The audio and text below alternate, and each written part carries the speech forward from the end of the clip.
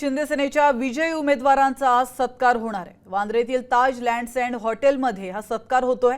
शिंदे सेनेचे नवनिर्वाचित नगरसेवक हॉटेलमध्ये येण्यास सुरुवात झाली आहे। आपण पाहतोय एकनाथ शिंदेंकडून नगरसेवकांचा सत्कार होणार आहे। काल महानगरपालिकेच्या निवडणुकीचे निकाल लागलेले आहेत आणि मोठ्या संख्येने भाजपनंतर शिंदे सेनेने देखील या निवडणुकांमध्ये घवघवीत यश मिळवलेले आहे। तर नवनिर्वाचित नगरसेवकांचं अभिनंदन आणि सत्कार करण्यासाठी आता शिंदे सेनेकडून त्यांना ताज लँड्स अँड हॉटेलमध्ये बोलवण्यात आलंय।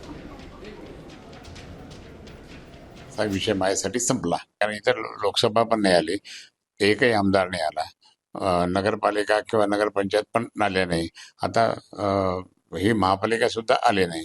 मग आता काय करायचं? मग कशामुळे होतं, काय होतं, आपण थोडा विचार पण केला पाहिजे ना। आणि म्हणून आता मी याविषयी अधिक माहिती देण्यासाठी आपले प्रतिनिधी सूरज मसूरकर आपल्यासोबत जोडले गेलेले आहेत। सूरज, महानगरपालिकेत युतीची सत्ता निश्चित झालेली आहे, मात्र शिंदे सेनेने आक्रमक पवित्रा घेतल्याचं देखील पाहायला मिळत आहे।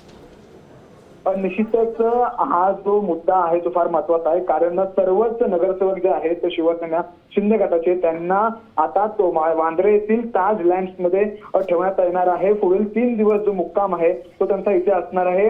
एक एक करून नगरसेवक जे आहेत ते आता हॉटेलमध्ये यायला सुरुवात झालेली आहे। थोड्याच वेळात उपमुख्यमंत्री एकनाथ शिंदे जे आहेत ते देखील या ठिकाणी येतील आणि सगळ्यात महत्त्वाचं म्हणजे त्यांची रात्री जी आहे ती एक बैठक पार पडणार आहे सर्व नगरसेवकांनी एकनाथ शिंदे यांची।